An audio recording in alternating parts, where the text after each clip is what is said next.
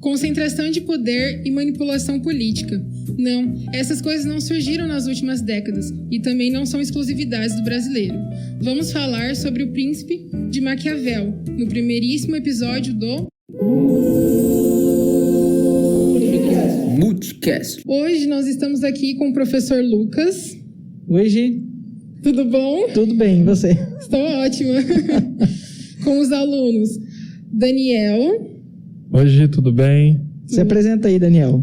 Meu nome é Daniel, estou no 7º termo do curso de Direito. Tá feliz? Feliz demais. Com a Isa.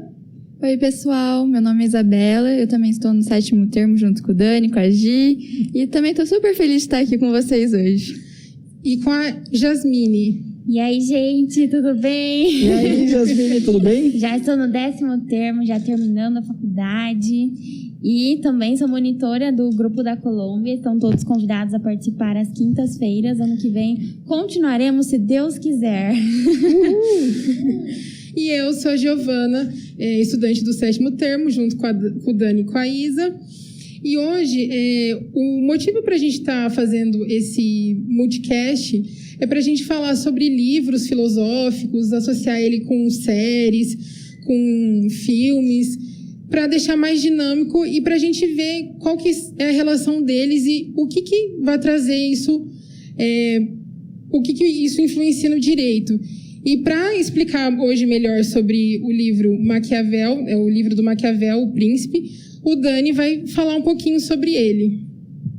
Bom, Gi, é isso aí. No episódio de hoje iremos falar sobre alguns dos principais aspectos desse clássico, O Príncipe de Nicolau Maquiavel, inclusive ressaltando diversos pontos dele que vão ao encontro da cultura atual.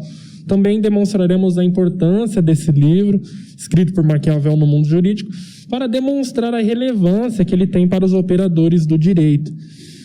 Nicolau Maquiavel, ele nasceu em 3 de maio de 1469 e faleceu em 21 de junho de 1527 em Florença, na Itália. Foi um filósofo, político, historiador, músico e escritor italiano.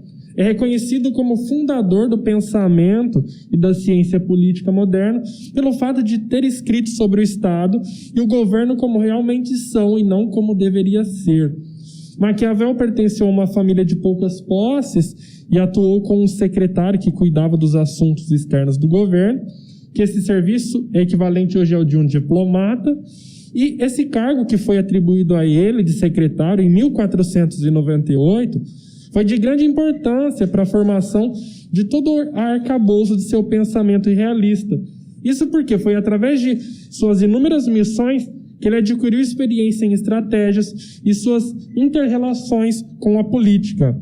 Já em 1512, o italiano havia sido exilado e destituído de suas funções públicas após a tomada do poder de Florença pela família Medici, com uma forma de conquistar a graça dos novos governantes. E assim, retomar o seu antigo posto de grande influência, em exílio, Maquiavel escreveu O Príncipe em dedicatória a Lourenço Médici. No contexto em que foi escrita a obra, o príncipe, ou seja, aqui qualquer espécie de governante, o príncipe não ascendia ao poder exclusivamente pelo critério hereditário. Por isso, o risco de perder o trono era real, o que ensejou a coleção de pequenas cartas destinadas ao novo príncipe, com dicas práticas sobre como ele deveria se portar no novo cargo, de modo que estivesse longevidade como príncipe, Gi. Muito bom, Dani. E muito interessante você falar, um pouco da história do Maquiavel, da sua importância. E para ficar melhor ainda, eu acho que a gente tinha que saber um pouco da ideia do livro, o que o livro diz, quais são os capítulos importantes, o que a gente pode tirar disso, Isa, do livro? Bom, Gi, e o resto do pessoal que está nos ouvindo.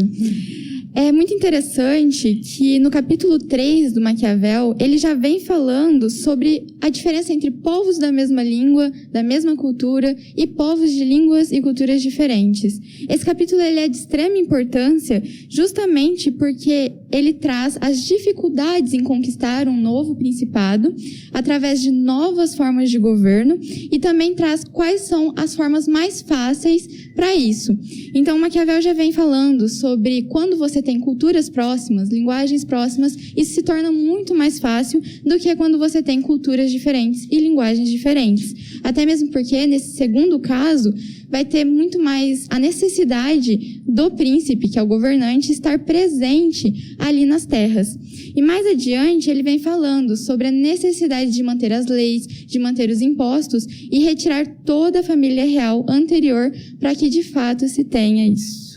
Bom, é legal a gente também falar, né, Isa, nessa parte, porque, lembrando, até o Daniel trouxe aqui no começo, né, porque o príncipe, quando ele vem escrever essa obra, ele coloca quase que como um manual de concentração de poder, né? Manual ali ele do vai absolutismo. Perfeito. E aí ele vai falando sobre como se concentrar poder e como se manter no poder. É ali um manual para o príncipe contemporâneo, né? Contemporâneo daquela época, evidentemente. Mas ele vai colocar assim, olha, o príncipe precisa entender que quanto mais ele vai adentrando terras estrangeiras, ele precisa saber que lá existia uma cultura e ali ele vai precisar se adaptar naquele sentido, né? Então, é bem interessante essa perspectiva que você traz. Inclusive, professor, ele traz também no capítulo 5 que sobre estados que já possuem leis próprias, justamente por conta dessa dinâmica diferente de cultura e de linguagem, tem 3 meios de você conseguir ou não ter um estado ao seu poder, sob o seu poder, sendo o primeiro arruiná-los, o segundo meio é habitá-los e o terceiro seria manter a lei, porém arrecadar tributos e impostos, colocando uma oligarquia de confiança através desses impostos e dessas leis que são recolocadas. E aqui tem uma dica muito legal também, né? Porque o Maquiavel ele é interessante, ele é realmente um livro para você ler e entender como funciona tanto a política, como funcionava naquela época, como a política atual. A gente às vezes acha que a política atual tem truques novos, mas não, às vezes tem truques antigos aí. Quando você percebe ali sobre essa questão da oligarquia, ele vai trazer um aspecto muito interessante, na medida em que ele diz que quando o príncipe assume um principado novo, a primeira medida que ele deve fazer é retirar os antigos líderes ali daquela comunidade e nomear os imediatos abaixo, que eram contrários daqueles líderes anteriores. Porque você vai dar poder aos outros, você vai conseguir que eles sejam favoráveis à sua política a qualquer custo e você vai acabar implementando a sua política de uma forma muito menos traumática. Sim, professor. E no capítulo 14, ele vem falando sobre a arte da guerra e depois, ainda no capítulo 17, ele fala sobre é melhor ser amado ou temido e sobre a importância que o povo tem em deixar o seu governante de fato governar, porque a partir do momento em que o povo não está satisfeito, é o que nós temos hoje em dia, né? Todo o poder emana do povo. Então é muito mais fácil destruir um principado ou um governo em si, trazendo para a atualidade, quando você tem um povo que não está contente com a forma que ele está sendo governado. Perfeito, Isa, concordo plenamente. Tirei as mesmas experiências que você teve aí do livro, porque eu acho importante a gente falar isso. Conforme o leitor, conforme as experiências que cada leitor tem, ele tira partes importantes do livro para ele ou para aquele momento que ele está vivendo. Então, eu prestei bastante atenção nessa parte das leis que você falou, dos impostos, até dando um spoiler do que eu vou falar mais para frente, sobre as leis e os impostos no livro, como ele tratava a importância deles e como as leis são importantes até hoje e como elas se relacionam com o nosso governante e quais as reações do povo quando há mudança de leis, quando há mais tributação, que antes já eram perigosas e hoje são tanto quanto. Só que a gente vai adentrar isso já, né, Gi? Com certeza. E fazendo um adendinho, assim, um comentário. Eu acredito que o livro O Príncipe, ele é muito atemporal. Porque ele é um livro que ele pode estar presente no momento atual como daqui 1 milhão de anos. Então, assim, é muito incrível como ele tem essa elasticidade no tempo. Que ele não só ficou fechado à mente daquela época, daquele povo. Sim, e aproveitando também para pegar esse fio, o Maquiavel ele traz ainda lá no capítulo 3, que para mim é um capítulo fenomenal, porque é a ideia, a base de tudo está nesse capítulo, ele vai falar que quando o povo, né, mantendo nessa toada, ele não está satisfeito, ele tende a achar problemas e, a partir desse momento, a acreditar que o próximo governante vai ser muito melhor que o anterior. Mas, normalmente, o que acontece é que o próximo governante ele é pior do que o anterior e o próprio povo acaba sofrendo muito mais com isso. E também o capítulo 20, que ele faz todo um apanhado do livro inteiro. Ele coloca em tópicos e, a partir de então, ele vai falar sobre a arte da guerra, sobre o poder, sobre o povo. E esse capítulo 20, ele tem uma síntese bem legal sobre a questão armamentista, sobre a questão dos principados, sobre a questão de república, porque ele também traz um pouco sobre isso. Isa, não te interrompendo, mas já te interrompendo, falando um pouco aí da estrutura do livro, conforme você está falando, ele é genial, porque ele traz até... Os capítulos, eles têm uma ordem cronológica. Então, é do domínio, aí da milícia, aí de como conservar esse povo que você dominou, o que você tem que fazer, o que você tem que deixar de fazer. Então, já é uma ordem cronológica, que é basicamente, como o Lucas falou, um manual do absolutismo, um manual ali de o que o príncipe tem que fazer para o governo dele dar certo. E o Maquiavel, como um filósofo, sociólogo, político da época, fez considerações, ele dá tantos exemplos que para hoje é fácil a gente conhecer várias histórias, mas imagina a época, ele saber todas aquelas histórias das monarquias que davam certo, da França, da Inglaterra, e tentar transpor aquilo para a Itália, né? Que a gente não falou um pouquinho do momento histórico, mas a Itália, ela vivia uma época em que havia várias cidades independentes. E as outras monarquias ali estavam dando certo. Então, Maquiavel queria conter ali, trazer realmente esse manual, esse livro, essa instrução aí pro monarca que o Dani falou aí pra gente. E é muito legal, Mini, que ele fala também sobre o período da Idade Média e da Igreja em si. Então, como a Igreja, ela veio, de certa forma, manipulando todo aquele contexto, e ele traz toda essa noção histórica, igual você falou, ele traz inúmeros exemplos dos romanos, dos persas. Sim. E isso é muito legal para a gente construir toda uma passagem histórica mesmo. Exemplos bíblicos até. Sim. Ele fala de Moisés, ele fala de Saul. Então, é muito legal todos os exemplos que ele dá. E para finalizar, pessoal, sobre os capítulos, eu diria para vocês também darem uma olhada no capítulo 8, porque na última parte ele vai falar justamente sobre a importância de você ter a confiança do povo. Então, voltando lá porque a gente estava falando antes, darem uma olhadinha no capítulo 15, porque é um capítulo de 2 páginas, é super rapidinho, em 10 minutos vocês leem, mas ele fala sobre as virtudes que um príncipe precisa ter e sobre a questão de ele não ser intolerante, mas sim ele ser cruel para manter seu poder. Então, é uma perspectiva que é até meio confusa da gente. A gente fala assim, nossa, mas como ser cruel sem ser intolerante? O Maquiavel ele vai trazer toda essa perspectiva.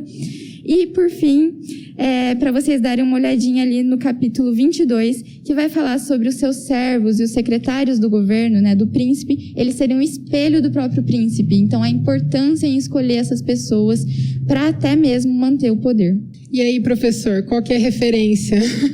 Agora a gente vai trabalhar um pouquinho com o momento referência, né? Esse momento é aquele em que a gente vai fazer várias referências da cultura pop, de várias produções, sejam elas filmes, sejam elas séries, HQs, mangás, etc. E aí a gente vai trazer uma série de referências aqui para a gente tentar entender um pouquinho como que é essa associação entre o príncipe e os exemplos que a gente pode tirar dessa obra tão importante. Bom, vamos passar aqui, Isa, Daniel, Mini, o que vocês tentam aí enxergar na cultura pop aí, que tem um pouquinho do Maquiavel como referência. Bom, pessoal, segue um spoiler aí de Game of Thrones, né? Então, quem não assistiu, fique curioso e continue assistindo depois. Nós temos ali, que são várias terras, né, com vários reinados, e o Lord Stark, que é de uma das terras, Terra do Gelo, a gente fala dos lobos, ele fala muito sobre o exemplo que um rei precisa dar, né, que um governante precisa dar para os seus súditos e para os seus futuros governantes, então para os príncipes. E em um episódio ele coloca o filho dele mais novo para assistir, e ele precisa punir uma pessoa, ele precisa colocar a lei do seu governo em prática. E ele mesmo o faz. E ele fala depois, no final, né? Porque perguntam para ele, mas por que colocar o seu filho mais novo, o caçula de todos, para assistir? E aí ele pega e fala, é porque eu coloquei a lei, então eu preciso fazer ela servir de modo que eu mesma execute. A partir do momento em que eu deixo de executar ela, eu perco o respeito.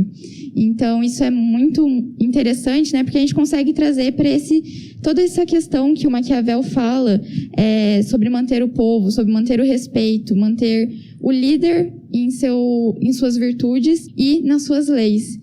Então, por isso que eu quis trazer para vocês essa contribuição. Muito bom, Isa. Acho algo interessante, na linha do que a Isa disse também, sobre essa questão da decisão e da liderança que o Maquiavel traz, né? Tem um trecho do livro dele que ele diz que quanto mais se adia o ataque, mais se adia a derrota. Então, isso vai muito no sentido desse episódio que a Isa disse, no qual o personagem ele tem que tomar uma decisão e ele tem que se mostrar como líder e cabeça de tudo aquilo que ele engloba, de tudo aquilo que ele está na frente. E na medida que ele se coloca como líder, dando um exemplo para o seu filho, que posteriormente podia ser alguém que viria ocupar o espaço que ele ocupa, isso mostra uma questão de liderança, dele se colocar na frente. Inclusive aqui como o Maquiavel traz, a gente pode fazer esse link, né? Se ele se coloca como líder, ele se coloca mostrando como uma forma de antecipar essas decisões para que a pessoa, no caso, que ele está passando isso, que no caso é o filho dele, que posteriormente podia vir ocupar o espaço de liderança que ele ocupa, vai surtir reflexos lá na frente também. Isso é bem interessante porque é uma forma de perpetuação da própria cultura, né? Então ele vai transcendendo isso de geração para geração e perpetuando a tradição, né? E tem um exemplo muito interessante também, que é um exemplo magnífico. Não sei se vocês já assistiram, provavelmente devem ter assistido, mas o Rei Leão. Rei Leão, ele é um clássico da Disney e que é baseado em Hamlet. E tem várias estruturas ali, mas tem um aspecto do Rei Leão que é muito interessante, que remete também ao manual aí de tomar e conservar o poder. O Scar, que é o vilão do filme ali, ele é representado pelo Jeremy Irons, né, na versão original. E o Scar, ele é um personagem que ele é um tanto quanto carismático e debochado. E por mais que ele faça as crueldades ali, o sobrinho dele, enquanto criança, né, o Simba, ele enxerga no tio uma referência. E o tio sempre consegue cativar o sobrinho dele. Tanto que ele consegue levar o próprio sobrinho para a morte certa ali, né, que é o plano inicial dele, e o sobrinho não descobre. O sobrinho acha que é só mais uma brincadeira do tio, é só mais um jogo que o tio está fazendo ali, né? Mas é bem interessante também um ponto do Rei Leão, que é quando o Scar vai começar a tramar o seu plano para derrubar, para dar o golpe de Estado no Mufasa, né? Que ele vai matar o Mufasa ali e o Simba. Então ele trama, e ele vai tramar justamente com quem? Ele não vai tramar com as leoas que são fiéis ao Scar. Ele vai tramar justamente com as hienas, que são aquelas pessoas, né? Aquelas figuras ali que são excluídas da sociedade. São aquelas figuras que estão sempre na rabeira, tanto que tem uma fala, né, que a rabeira da cadeia alimentar, elas estão ali no final da cadeia alimentar, e ele se alia justamente com elas, porque elas têm essa sede, essa fome de poder, e acabam tramando esse golpe, e logo em seguida, quando ele dá o golpe de Estado, quem que ele coloca no comando? As hienas. Então também quando chega lá num outro momento do filme em que a amiga do Simba vai conversar com ele e tentar convencer para trazer para o reino, ela vai dizer, olha, as hienas estão comandando tudo, né? Então por que as hienas comandam tudo? Porque eram aquelas antigas aliadas que eram os personagens da rabeira da cadeia alimentar, com quem o Scar trama ali um golpe de Estado e depois coloca as hienas no poder. Lucas, agora que você comentou sobre o Rei Leão, acabei lembrando justamente sobre o que o Maquiavel fala sobre acabar com os antigos príncipes e demais pessoas que pudessem ocupar o cargo de governança daquele reino.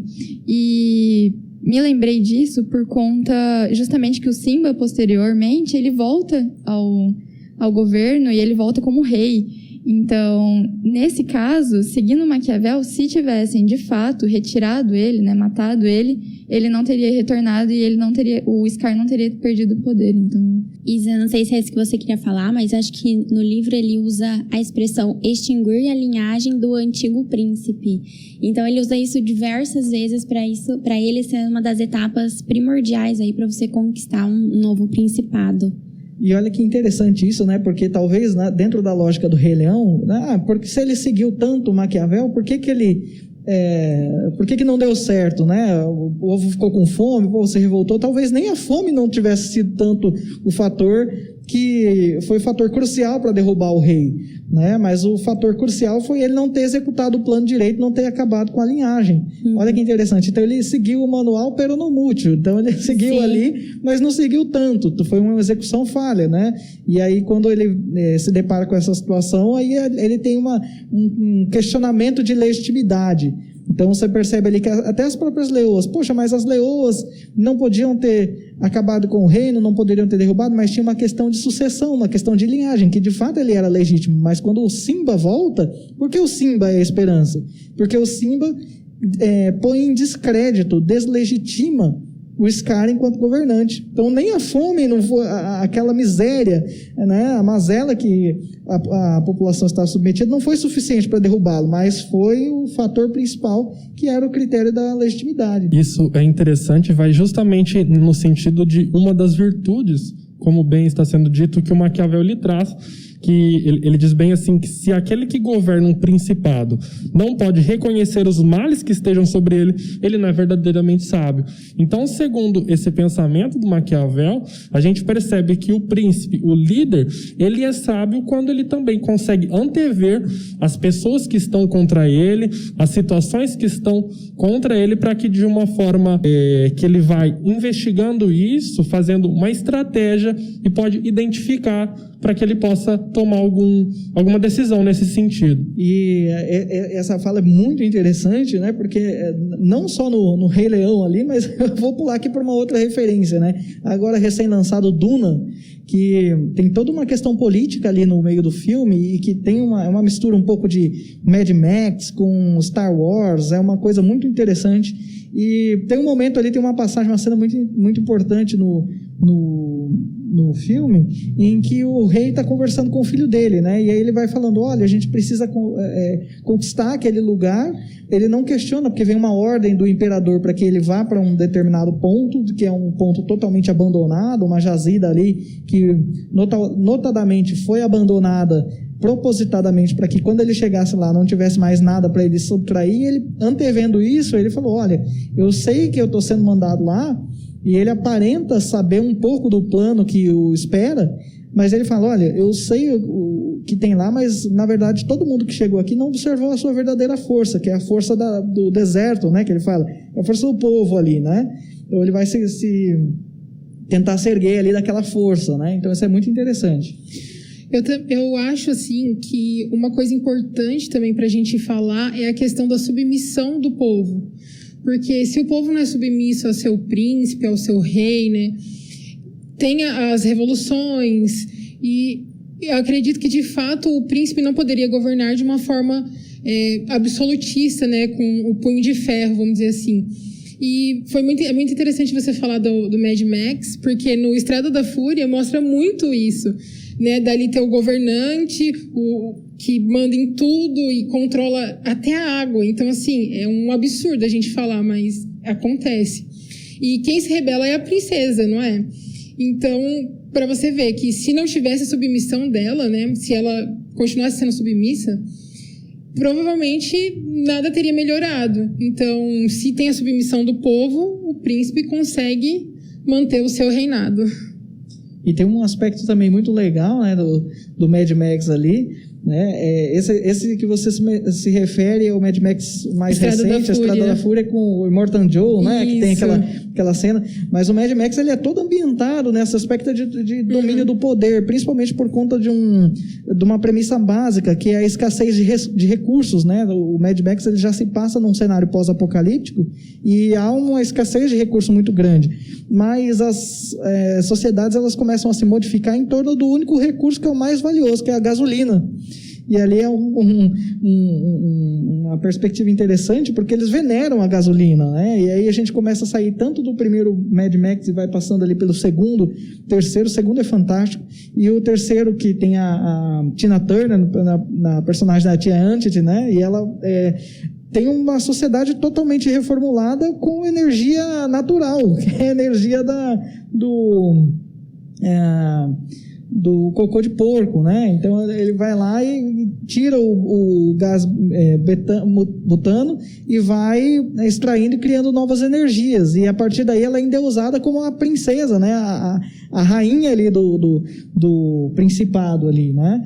E quando ela coloca o seu domínio sobre aquilo, ela cria um sistema de legitimação para poder, que é a cúpula do trovão. E daí o nome do filme, né? O Mad Max, a cúpula do trovão. E a legitimidade dela vem da lei da cúpula. Se alguém questiona a lei, essa pessoa vai para a cúpula e tem a regra: 2 homens entram, um homem sai. Ou seja, quem entrar na cúpula vai entrar com alguém, e esse alguém certamente vai sair morto, né? Alguém vai sair morto dessa cúpula ali. Então ela tem um processo de legitimação, que é o processo dela ter dominado a cidade, e ela tem um processo de legitimação legal. Tanto é interessante que tem um momento no filme que o personagem Master Blaster é um sujeito que ele tem... São dois personagens. Um que ele tem uma deficiência mental, que é o Blaster. Ele é muito forte, ninguém consegue derrotar ele, né? Tem uma fala que ele coloca: na cúpula do trovão, com o Blaster, 20 homens entram e só ele sai. E aí e o Master é o mestre, né? Só que ele tem uma deficiência também, ele tem nanismo. E aí ele se junta ao Blaster para que formem essa força aí de trabalho, né? Só que tem um detalhe: o Master Blaster, ele começa a dominar, ele começa a conhecer toda a engenharia do funcionamento da geração de energia, de forma que ele começa a dominar de fato a comunidade ali. Tanto que quando ele tem um momento do embargo, que ele questiona o poder da tia Auntie, ele fala assim: olha, eu sou o grande dominador aqui, né? Ela fala: não, você não é. Ela fala: não sou. Então ele vai lá e corta a energia de todo mundo. Aí ela fala: tá bom, então você é. Ele fala: então tá bom. Ele volta a energia lá. E aí ela bola um plano para derrubar ele, mas de uma forma legítima, jogando aonde? Na cúpula do trovão. Depois de termos falado sobre a contextualização do livro, termos explicado, né, o que é o livro, agora a gente vai para a parte da influência do livro no mundo jurídico com a Jasmine. Vou começar com essa parte que nos agrada, né? Somos estudantes de direito, e confesso que eu li o livro com os olhos aí para o mundo do direito. Então, eu separei algumas passagens, e se formos pegar o livro do início ao fim, eu encontrei 8 passagens apenas. Acho que são poucas, assim. Ele poderia ter adentrado mais aí ao mundo jurídico, mas ele é um sociólogo político, então não o critico, claro, não tem como criticar essa obra maravilhosa, mas eu encontrei algumas coisas do direito. E a Isa, a gente já teve uma conversa aqui no início do podcast, e o que ele mais fala é sobre as leis. Como as leis são importantes para você conquistar, não só conquistar, né, mas manter aquele principado ou aquela república que você conquistou. Porque você não pode modificar as leis do dia para a noite. As pessoas, elas se revoltam com isso. E tampouco você pode majorar os impostos a ponto de que fique insustentável para aquela população continuar vivendo e pagando impostos para você. De outro norte, o príncipe, ele deve também arrecadar esses impostos para manter a sua própria armada, para não ter que ficar comprando mercenários aí para bancar as suas guerras. Então ele vive entre a cruz e a espada mesmo. Eu acho que a parte que o Maquiavel achou mais difícil realmente foi a parte das leis e do direito, né? Então isso aí para ele foi algo que ele comenta: acho que a parte mais difícil é realmente isso, como eu vou cobrar impostos a ponto de não mudá-los, mas até que ponto eu posso majorá-los para me beneficiar. Então ele falou isso, eu achei muito bacana. E outra parte também que me pegou foi a parte da liberdade. Não a liberdade no sentido de se os principados eles já eram repúblicas ou se eles eram principados, mas na parte da liberdade como um todo, né? Lato sensu. Então, todos aqueles povos livres, eles eram muito mais difíceis de serem dominados, de serem conquistados. de outro norte, aqueles povos que já viviam sob o comando de um príncipe, na verdade era só uma troca de governo. Então, para eles já aceitavam a falta da liberdade e eles conviviam com ela. Então, eles eram menos revoltados, eles se insurgiam menos contra o governante. Então, se você dominasse um outro principado, seria mais fácil do que você dominar uma república ou um lugar onde as pessoas eram independentes e tinham a sua liberdade. E a liberdade é o nosso direito fundamental. Aí, para mim, é um dos direitos principais que a gente tem, se não o primordial. E essa parte me tocou bastante. Então, quando você experimenta da liberdade, você nunca mais volta atrás. A partir do momento que você é livre, você nunca vai voltar a ser um escravo. Você nunca vai voltar a um estado em que não faça bem para você, que você não possa tomar suas próprias decisões, nem por um príncipe. Então, isso para mim foi incrível. Eu tirei de proveito do livro essa parte. Parafraseando o poeta, né? Só não sabe a sombra quem não viu a luz, né? Então... É verdade. Então, essa parte da liberdade, apesar de não estar tão explícita aí no livro, foi algo que eu vou levar para a vida inteira. Mini, eu acho que inclusive a gente pode até citar aqui o mito da caverna, né? Isso. No momento em que sai da caverna, a pessoa ela já não quer mais retornar. Então, isso vai condiz muito com o que você está falando. Com certeza, Isa, eu concordo plenamente. E no capítulo 12, ele vai falar que as bases do Estado são boas leis e bons exércitos, porque ele diz que nada adianta só leis se você não tem uma milícia para controlar o cumprimento das leis. Então, ele fala sobre manter a população armada, ele fala que o governante que retira as armas da sua população, ele está presumindo a falta de inteligência daquele povo, como que aquele povo não poderia ter arma, como que aquele povo, ele está presumindo que aquele povo seria um povo rebelde, que seria um povo que se deixassem armados, eles se insurgiriam contra o governante. Essa é a ideia dele, né? Então ele traz assim, as boas leis devem ser acompanhadas de um bom exército. E ele traz também na liberdade e parcimônia, que é o capítulo 16, ele vai falar bastante da tributação. Né? Quem gosta aí dessa parte do direito tributário, fique à vontade para entrar nesse capítulo de cabeça e mergulhar, porque a tributação já era importante, hoje em dia ainda mais. E vou trazer um exemplo, né, atual. Quando muda os impostos, pode ver, a primeira manifestação, aumentou o imposto, a primeira manifestação que tem nas ruas é essa. Então, até hoje, os impostos são muito importantes e eles podem sim, se não utilizados com cautela, se não majorados à necessidade do Estado e também ponderados com o poderio econômico da população, isso vai destituir um governante com toda certeza, já naquela época e até os dias de hoje. Bom, essa é a minha opinião. Vocês pensam assim, pensam diferente, tiraram outra experiência aí do direito dentro do livro? E é uma coisa assim, que na verdade da sua fala a gente extrai, que a grande dificuldade, que não é de hoje, é uma dificuldade que surge já de há muito tempo, que é a dificuldade de se manter o equilíbrio.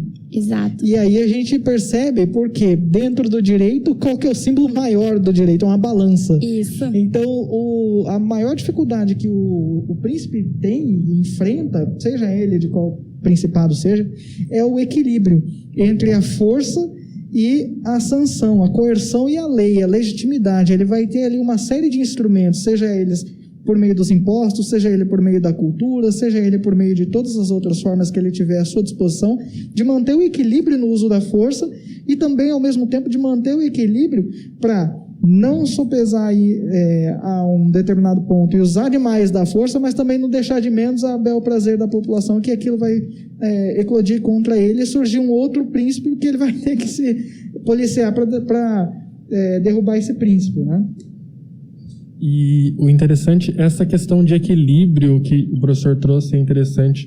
No momento em que o Maquiavel fala, inclusive relacionado à força, que se você tem que sancionar alguém, se você tem que usar da sua força, que ela seja usada da forma certa. Ou seja, se você vai punir alguém, você tem que punir no pensamento dele a pessoa para que ela morra e não venha mais fazer nada contra você, ou de uma forma que aquilo seja viável para que essas pessoas não se revoltem contra você. Isso vai totalmente nesse sentido do equilíbrio, que não importa no âmbito que a gente está, jurídico, no judiciário a gente vê isso com um toque um pouco mais intenso, mas também na advocacia, em todos os outros campos também. E agora, a grande questão que a gente precisa fazer, a grande pergunta para a gente encerrar o episódio, que é a pergunta seguinte. Resumindo em poucas palavras, eu gostaria que cada um fizesse aqui, trouxesse a sua percepção de resumir em poucas palavras o que é necessário para ser um bom príncipe. Então, vai lá, Isa, o que você acha? Professor, eu acho que é primordial a confiança entre o líder e seus liderados. Então, igual a gente estava conversando sobre a questão dos povos, a confiança do povo para com o seu governante é de extrema necessidade e extrema importância. Isso a gente vê até hoje. Não existe uma pessoa que seja colocada no poder que não seja através do povo. Então, se o povo se rebelar, ela com certeza sai. E outra questão que eu acho que a Mini colocou muito bem é a questão das leis e das tributações, porque a hora que ela falou, pode ver, subir o imposto é a primeira coisa que vai gerar ali uma manifestação. E é exatamente isso, a gente tá vendo muito, a gente viu muito ano passado, inclusive a gente teve inúmeros exemplos dentro do nosso país sobre leis que mudaram e os tributos, os impostos que aumentaram. A gente está vendo isso hoje em dia no combustível. Então, acho isso extremamente importante, essa dinâmica entre poder, coerção e, ao mesmo tempo, sabedoria de lidar com as situações. Eu acho que se eu pudesse resumir toda essa nossa conversa relacionada com esse magnífico livro do Maquiavel, seria empatia, legitimidade e força. Empatia por quê? Porque eu acredito que o príncipe, o líder, ele deve ter uma visão de forma que ele enxergue a necessidade do outro. Isso fica mais fácil na medida em que o líder, o príncipe, ele veio também da camada mais baixa.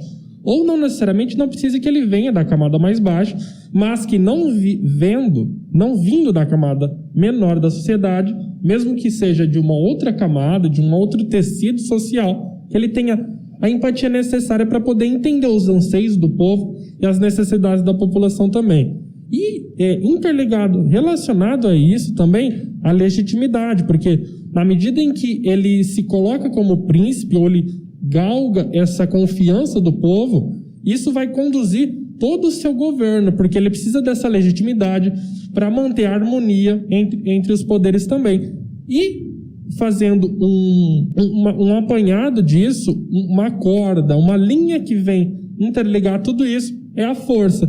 Porque não adianta ele ter empatia, não adianta esse príncipe ter legitimidade, se ele não tem a força necessária para poder impor as suas vontades, não só as suas vontades, mas a vontade do povo e aquilo que ele acha que é necessário para poder desenvolver uma harmonia social. Continuando também no pensamento da Isa e o Dani, acho que eu vou unir, porque para mim foi uma metáfora que o próprio livro traz, que resumiu o livro inteiro para mim, e gostaria de tomar um tempo de vocês e parafraseá-la aqui. O príncipe deve saber usar bem o animal. Desse deve tomar como modelos a raposa e o leão, porque o leão não sabe se defender das armadilhas e a raposa não tem defesa contra os lobos. É preciso, portanto, ser raposa para conhecer as armadilhas e leão para aterrorizar os lobos. Então, ele tem que ter tanto a expertise, a sabedoria, quanto a força, mas a força talvez não só a força militar, talvez uma força que é a vontade do povo que ele seja o governante, a força dele de saber resolver aquilo e saber como fazer a sua vontade prevalecer naquele povo. Então, para mim, essa metáfora resume totalmente o livro e ela é perfeita. Eu vou pedir para você, Jasmine, lê de novo esse momento aí, faz uma leitura de novo desse trecho. Necessitando, portanto, um príncipe saber usar bem o animal. Olha que legal, né? Ele coloca ali, eu acho que a gente pode resumir tudo isso num aspecto só. O príncipe precisa saber. Exato. E ali, o próprio livro, ele coloca lá no comecinho, quando ele fala assim, olha, ele vai apresentar a obra para o leitor, né? Então ele já está conversando com o leitor, ou seja, ele está pressupondo que o leitor ele é conhecedor, então ele precisa ter conhecimento. E esse conhecimento aliado a uma sabedoria. Então a gente pode chegar num acordo aqui, todo mundo, dizer que o bom governante, o bom príncipe, é um príncipe sábio, é um príncipe conhecedor. O que vocês acharam? Qual obra vocês acham que encaixa com o episódio de hoje? Algum livro, alguma música ou alguma peça de teatro? Comentem aí, né, nas nossas redes sociais, no YouTube, no Spotify e no Instagram. O Instagram é @multi_cast. Muito obrigada e eu espero vocês no próximo episódio. Obrigado por escutar o Multicast.